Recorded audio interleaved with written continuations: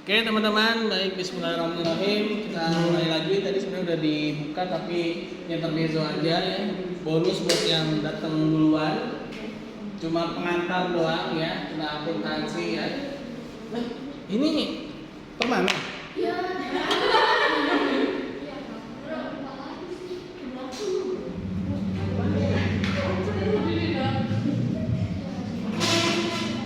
Ada apa sih? Oh iya, ini kemana ini? Sudahlah.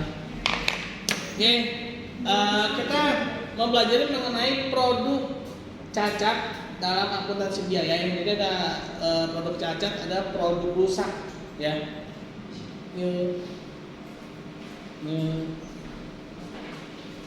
Jadi ada produk cacat, ada produk rusak. Ya.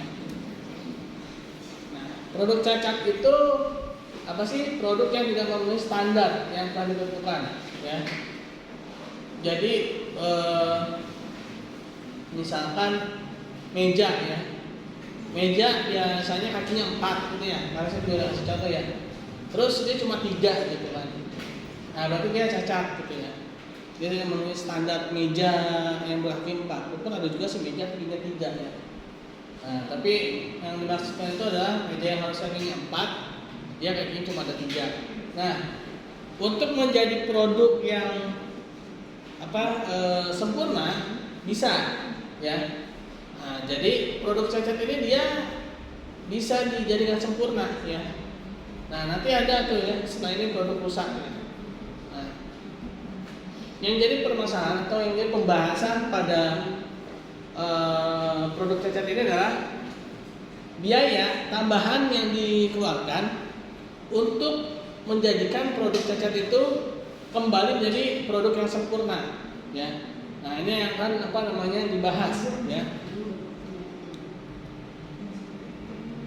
Nah dalam produk cacat ini dia ada namanya biaya pengerjaan kembali, yaitu biaya pengerjaan kembali ya bukannya sebagai tambahan biaya produksi. Nah jadi dia masuk dalam biaya tambahan biaya produksi pesanan yang bersangkutan. Nah, jika produk cacat tersebut bukan merupakan hal yang biasa terjadi dalam proses produksi, tapi karena karakteristik pengerjaan pesanan tertentu, ya. Nah, misalnya tadi itu ya, pesanannya misalnya meja kaki 4, gitu kan. Ternyata apa?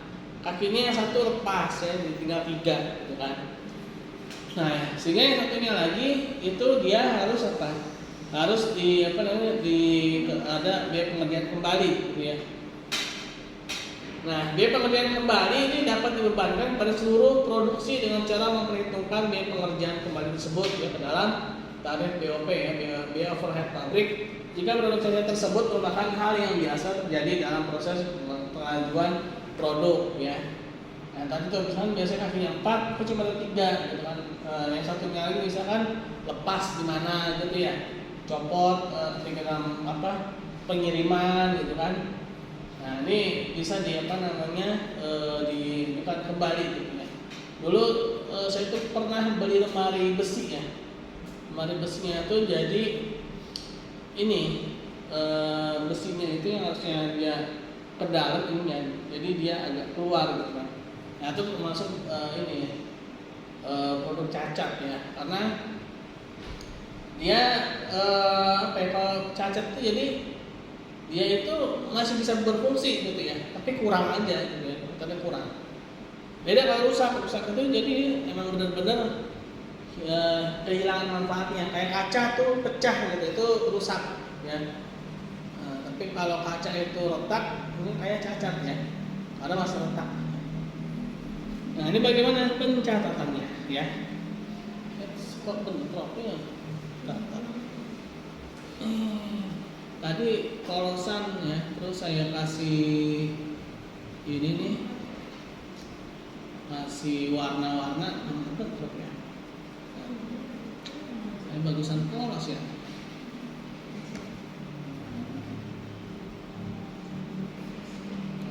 Bentrok.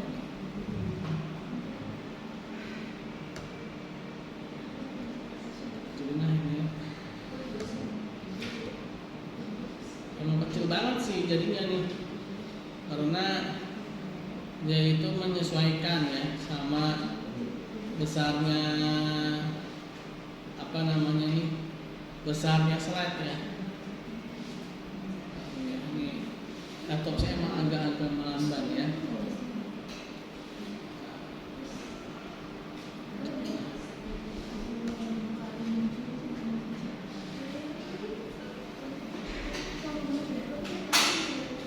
Itu kok nggak keluar ya? Di sini nggak keluar ya? Kenapa? Oh, malah keluar ya.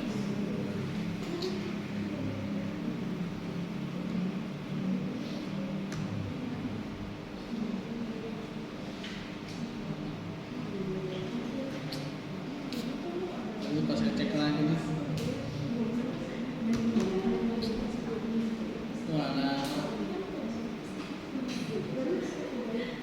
Nah, jadi ini sebenarnya mengenai jurnal pada produk cacat ya.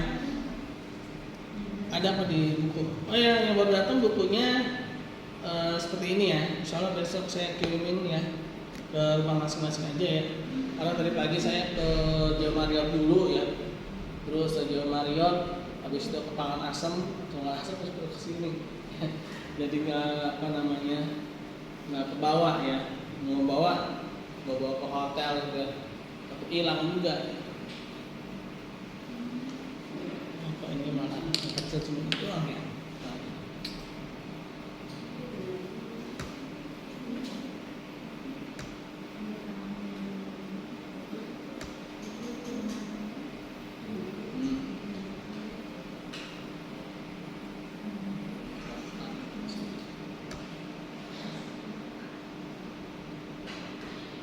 Juga nih bentrok nih. Kalau dikasih warna jadi bentrok ya.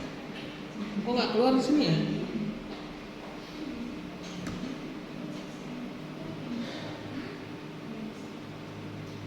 Apa yang nggak keluar?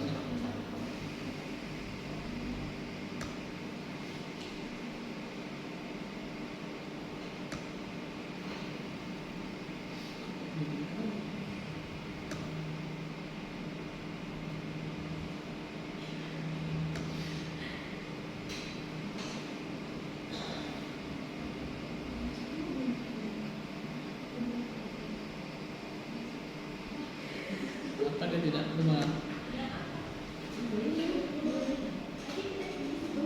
Nah, ini kecil-kecil banget ya. Nah, ini pencatatan biaya pengerjaan kembali produk cacat ya. Jika biaya tersebut dibebankan kepada produksi secara keseluruhan ya. Nah, pertama ini berdasarkan ya, jurnal berdasarkan biaya produksi ya pada produk tersebut ya. Jadi ada BDP ya, biaya dalam proses ya, biaya bahan baku itu ya, BBB itu ya, B3 itu ya. Terus biaya dalam proses biaya tenaga kerja langsung, lalu biaya dalam proses ada biaya overhead pabrik ya. Nah, sebagaimana kita ketahui ya, yang namanya biaya ya, ini nanti saya kirim di itu ya, SSO ya. Nah, terus ya di lawannya itu ya ada persediaan bahan baku ya. Jadi kenapa persediaan bahan bakunya ada di kredit? Karena persediaan bahan baku di sini belum ada ya, saya itu belum terjadi. Nah, nanti nih ya di bawahnya itu ya, di harga pokok produksi ini ya. Nah, ya ini persediaan bahan bakunya akan jadi debit ya, karena dia udah jadi ya. Nah, di sini ya bahan bakunya itu masih kredit karena memang belum jadi. Jadi masih ada 3 biaya ini ya, yaitu biaya bahan baku, biaya tenaga kerja langsung dan biaya overhead pabrik ya. Nah, sehingga biaya bahan baku itu dia belum jadi ya. Lalu ada utang gaji dan upah ya. Lalu ada apa namanya BOP ya, biaya overhead pabrik yang akan dibubarkan ya. Nah, itu ketika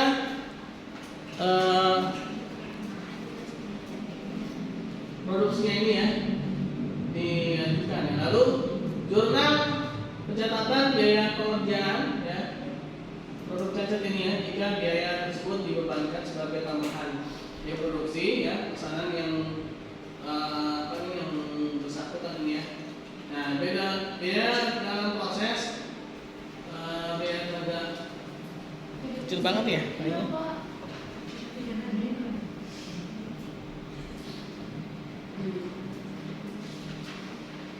Ini biaya tenaga kerja ini ya. Lalu biaya dalam proses ya, BOP ya, di kreditnya. Lalu gaji dan upah, lalu ada biaya operasional pabrik dibebankan. Nah, lalu jurnal pencatatan ya, harga pokok produksi. Nah, biaya bahan persediaan bahan baku ya, persediaan produk jadi ya. Lalu biaya operasional pabrik, biaya bahan baku namanya. Lalu biaya dalam proses tenaga kerja langsung dan BOP, biaya dalam proses ya, BOP ya. Nah, ini adalah standarnya ini. Jadi sebagaimana kita ketahui ya, jadi yang namanya metode pencatatan itu ada standar ya. Standarnya teman-teman bisa lihat dalam PSAK ya, Pernyataan Setara Akuntansi Keuangan. Nah, sama akuntansi biaya pun juga gitu ya. Sama manufaktur pun juga punya standar ya. Lalu ada PSAK-nya ya. Memang ada beberapa sistem akuntansi ya, yang memiliki standar sendiri. Contoh kayak akuntansi sektor pemerintah ya. Itu dia biasanya dalam peraturan pemerintah ya, atau Permendagri ya. Nah, jadi kenapa sih kayak gini? Ya memang standarnya begini gitu ya.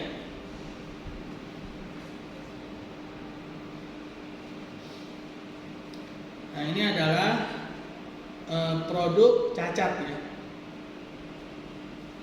Nah, lalu yang kedua adalah produk rusak ya.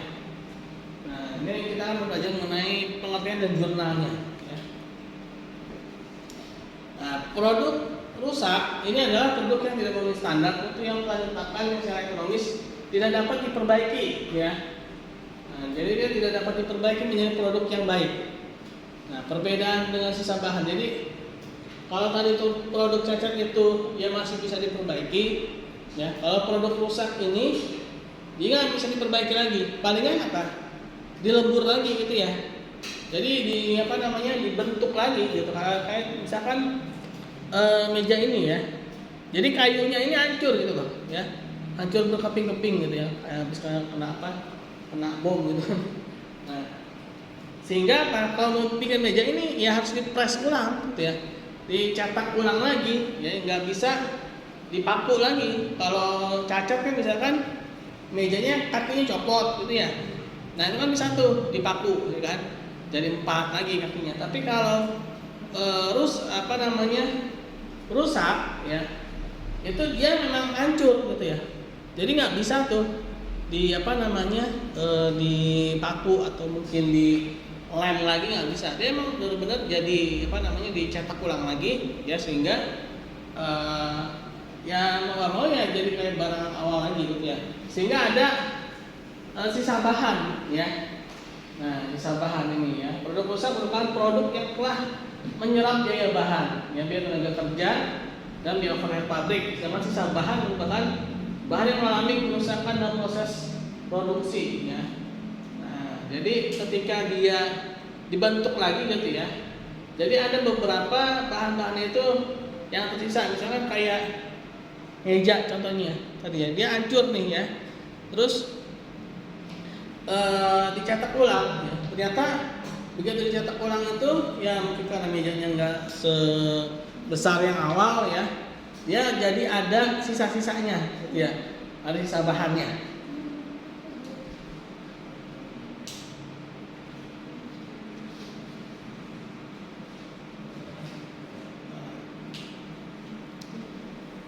Perlakuan terhadap produk rusak tergantung dari sifat dan sebab terjadinya.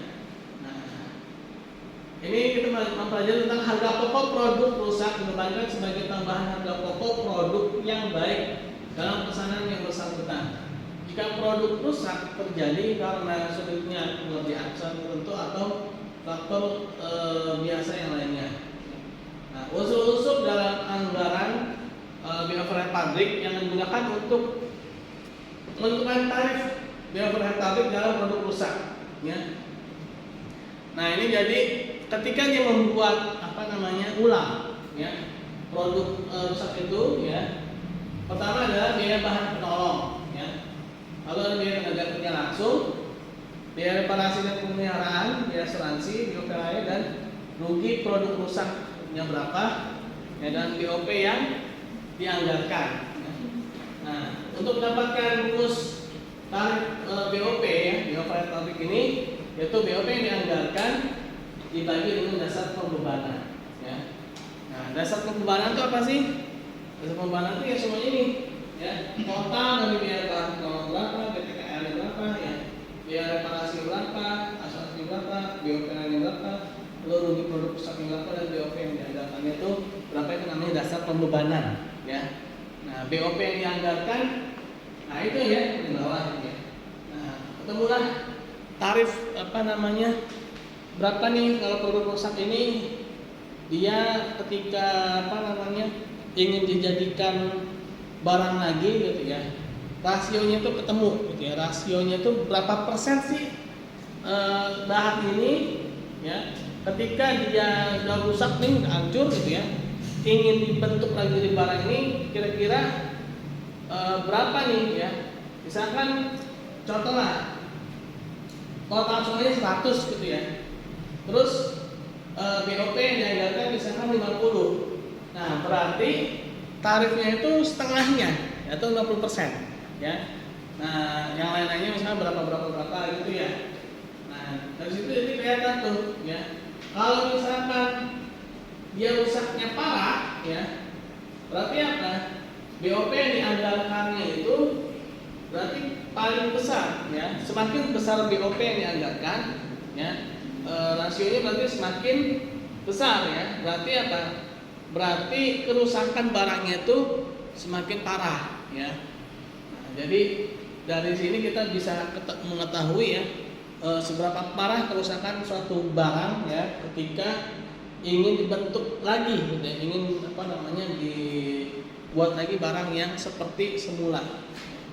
Nah, ini mengenai produk rusak, ya. Oke.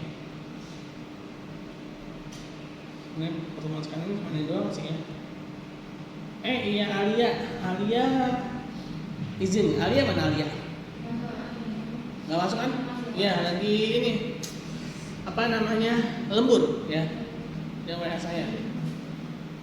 Memang susah juga sih kalau kelas reguler sore itu, memang tantangannya itu kerja sambil kuliah, ya. Tapi justru kelebihannya itu udah kerja, ya, nggak perlu lagi yang namanya pendekatan ke dunia kerja, karena udah kerja, udah dapetin, ya. Ya, jadi seperti itu teman-teman, ya, mengenai produk cacat dan produk rusak, ya. Ini tadi saya sedikit intermezzo, ya, nggak bisa dihapus, ini nggak apa-apa lah, ya.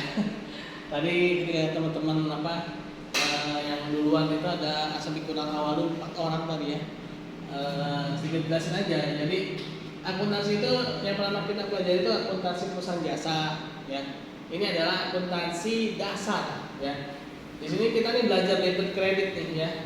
Debit itu biasanya apa? Aset dan biaya, ya. Saldonya aset dan biaya itu ada di debit. Lalu kalau kredit itu, nah, dia kewajiban dan ekuitas. Nah, segala sesuatu yang mempengaruhi kewajiban, ekuitas bertambah, itu dia adanya di kredit, ya. Contoh kayak misalkan pendapatan, ya. Pendapatan itu menambah ekuitas. Laba, ya, itu juga menambah ekuitas. Sehingga pendapatan, laba itu adanya di kredit, ya. Nah, dari akuntansi perusahaan jasa ini itu dasar banget, ya. Lalu bergeserlah, ya, jasa ini yang diperjualbelikan di sini jasa, ini enggak kelihatan, ya. Lalu bergeserlah ke akuntansi perusahaan dagang. Nah, di sini udah mulai kelihatan barangnya. Cuman di sini kita ibaratnya kayak reseller, kayak penjual kembali aja gitu, ya. Kayak misalkan ini meja, ya. Meja ini saya beli 10.000, Lalu saya kirim misalkan ke Papua menjadi 20.000 ya. Nah, itu namanya perusahaan dagang ya. Nah, kalau perusahaan manufaktur atau akuntansi biaya, ini meja ini awalnya nggak ada ya. Adanya misalkan kacanya pun juga belum ada. Kaca itu sebenarnya dari pasir ya, kalau saya bikin kaca itu ya. Saya pernah melihat itu proses pembuatan kaca itu ternyata dibakar ya. Pokoknya pasir terus kayu ya, mungkin masih gelondongan ya, kaku ya. Nah, lalu dari itu semua dibentuklah ya. Nah, ada biaya bahan baku, ada biaya tenaga kerja langsung, dan biaya overhead pabrik.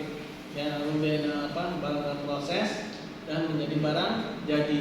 Nah, inilah namanya akuntansi biaya ya. Nah, sebenarnya ada tuh yang mirip-mirip kayak gini. Di akuntansi syariah itu ada namanya akuntansi istisna ya, di mata kuliah lain ya. Oke, ini akuntansi biaya ya. Sebenarnya akuntansi biaya ini yang pelajari tentang biaya-biaya ya. Biaya-biaya yang dikeluarkan untuk mendapatkan suatu barang ya. Suatu barang yang mana dia awalnya nggak ada ya. Barang itu awalnya nggak ada, lalu prosesnya itu ya. Nah, prosesnya itu dia dicatat tuh biaya-biaya apa saja yang dibutuhkan ya. Nah, termasuk nih bagaimana ketika barangnya itu dalam proses menjadi rusak atau menjadi cacat ya. Waalaikumsalam. Ya, karena ustazahnya udah datang ya. Silakan doa penutup. Jadi seperti itu ya teman-teman ya. Oke. Oh iya nih. Bukunya ini ya. Ditulis oleh Bapak Dr. Taufan Maulamin ya, dan Bapak Sartono ya.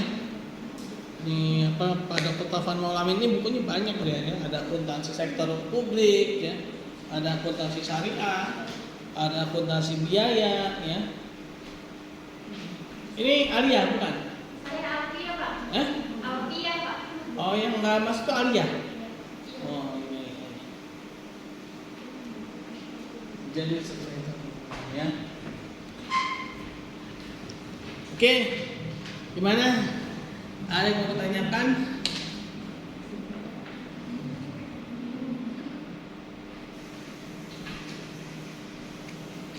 Di perkiraan di Apa tuh? perkiraan di Iya, tidak ada bukunya dari kemarin, cuman saya nggak sempat ngirimnya. Tadi sebenarnya saya mau bawa, cuman nggak muat ya, dalam jok motor, takutnya rusak. Nah, karena tadi saya pagi itu ke Jawa Marriott, terus ke Pangkalan Asem, nah, jadi nggak kebawa. Di situ ngebleng juga. Oke, mau tanyakan kah teman-teman?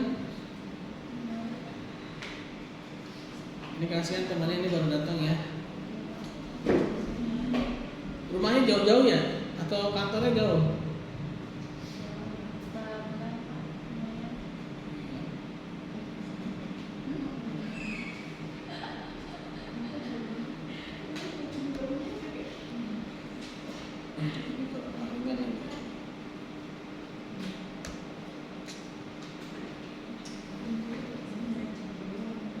Ini yang kemarin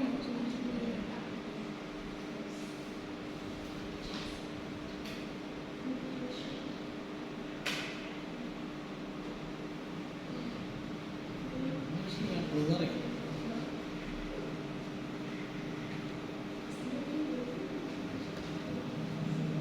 Ini pertemuan yang lalu nih ya, usul-usul biaya ya.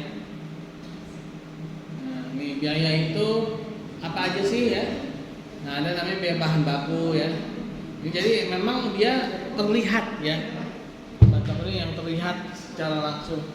Dan dia bisa didapat secara lokal dari setempat atau kiriman dari luar ya. Dan juga bisa aja bahan bakunya itu dibikin dulu ya. Contoh seperti orang bikin rumah. Semen ya, semen itu ketika mau bikin rumah kan nggak langsung ditempelin ya, kan dia dicampur ya. Semennya itu dicampur air ya kan, campur pasir ya. Nah itu baru tuh ya, dia bisa merekatkan batu bata, kan? Nah, contoh kayak gitu ya. Jadi diolah dulu, ya. Nah, peroleh bahan baku, perusahaan bukan hanya mengeluarkan biaya bahan baku, namun juga ada biaya angkut, ya. Nah, jadi yang namanya biaya bahan baku itu bukan cuma biaya bahan doang. Jadi dari tempat asalnya bahan baku itu sampai ke tempat lokasinya, ya, itu juga harus dihitung, ya. Angkut, pengiriman dan lainnya. Nah, sekarang ini kan kita lagi ini ya, gempar oleh bahan-bahan impor yang lebih murah, kan? Itu bahaya ya. Jadi khawatirnya itu kita ke depan ini menjadi bangsa yang ketergantungan, ya. Kalau selalu membeli barang-barang impor, ya. Tapi memang luar biasa murahnya ya. Saya juga bingung tuh kok bisa ya. Padahal kan itu ya jarak lumayan jauh. Sistem pembelian bahan baku, prosedur permintaan bahan baku, ya bagaimana membuat PO-nya, ya, prosedur order pembelian, ya, prosedur penerimaan bahan baku. Ini udah saya upload di SSO ya ini ya. Prosedur pencatatan penerimaan bahan baku di gudang, prosedur pencatatan utang dan bahan baku ya. Ini udah di kemarin ya. Nah, biaya yang diperhitungkan adalah harga pokok ya. Nah, biaya angkutan ini mulai sebelum berikut perbandingan kuantitas. Jadi dalam menghitung biaya angkutan ya, itu ada beberapa cara. Dia satu caranya dengan memperhatikan kuantitas setiap bahan baku yang dibeli ya. Nah, di dalam buku itu ada tuh ya, ini contohnya ya. Nah, lalu ada perbandingan harga faktur bahan baku. Jadi ada berdasarkan kuantitas, itu jumlah barang bahan baku yang dibeli. Misalkan kayak bikin rumah ya, batu bata misalkan ya, dan rumah ini dia butuh berapa batu bata ya. Nah, kalau yang B ini perbandingan harga faktur, ini batu bata itu harganya berapa ya. Nah, lalu kalau yang C ini berdasarkan pada biaya angkutan yang ditentukan pada tarif dibayar di muka. Nah, detailnya itu ada di buku ya. Nah, penentuan harga pokok bahan baku.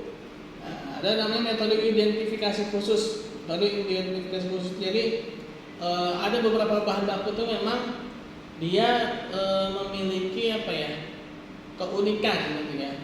Nah, misalkan kayak batu bata merah dengan batako gitu ya. Itu kan beda tuh ya. Tapi dia sama-sama bisa jadi tembok ya. Batu bata merah sama batako itu kan dia sama-sama bisa jadi tembok, tapi dia beda ya. Nah, kalau batu bata merah itu biasanya lebih mahal ya. Nah, dibandingkan dengan batako ya. Lalu ada namanya metode FIFO ya, first in first out. Itu yang pertama kali masuk, ya, itu yang pertama kali akan dikeluarkan ya. Misalkan nih ada 800 jangan ini ya. Tapi ini merah ya. Misalkan nih ini 800 ya. Terus masuk lagi misalkan 1000 ya. Kan ada 1800 nih ya. Nah, mau dikeluarkan ya, atau mau dijual atau mau yang akan olahnya itu butuh misalkan 1200 unit. Nah, kalau FIFO gimana? 800-nya ngambil dari sini, terus 400-nya ngambil dari 1000 ya. Misalkan yang 800 harganya 250, terus yang 1000-nya baru masuknya harganya udah 300. Nah, kalau FIFO berarti 800-nya ya yang ini, lalu sisanya itu 400 kali 300 ya. Nah, atau FIFO ya. Kalau LIFO, nah kalau LIFO berarti apa? 1000-nya dulu ya, 1000-nya kali 300, yang 200-nya dari 800 ya. Terus metode dia rata-rata bergerak. Nah, ini makanya begini ya. 1800 ya. Di ini 1000 kali 300 lalu 120 dibagi 1800 itu ya, rata-rata. Lalu metode biaya standar ya. Standar itu maksudnya pasar itu berapa sih gitu ya. Lalu ada lagi metode harga pokok bahan baku pada akhir bulan. Nah, jadi biasanya mencocokkan pada akhir bulan itu harga pokoknya itu berapa ya. Nah, jadi ini cara menentukan harga pokok bahan baku. Nah, masa terkait ya bahan baku yang ke save ya. Nah, tadi sih sebenarnya itu yang mengenai masalah lokasi ya, terus juga ketersediaan ya. Ini kemarin potong ya, perasaan banget sih nggak potong ya. Dan jangan nggak ke save ya. Yang saya kirim kepotong nggak?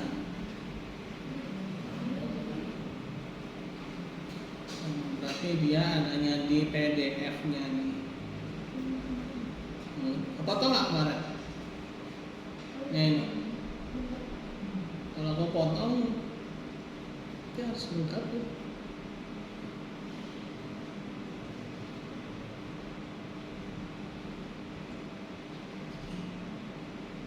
Ya begitulah mengenai dua sesi kemarin ya.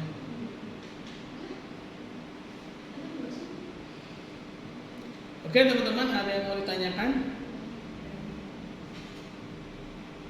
UTS? Gimana UTS? Ya UTS sudah kan gimana nih? Oke, kalau tidak ada, terus juga kayaknya udah malam ya, mulainya juga malam. Terus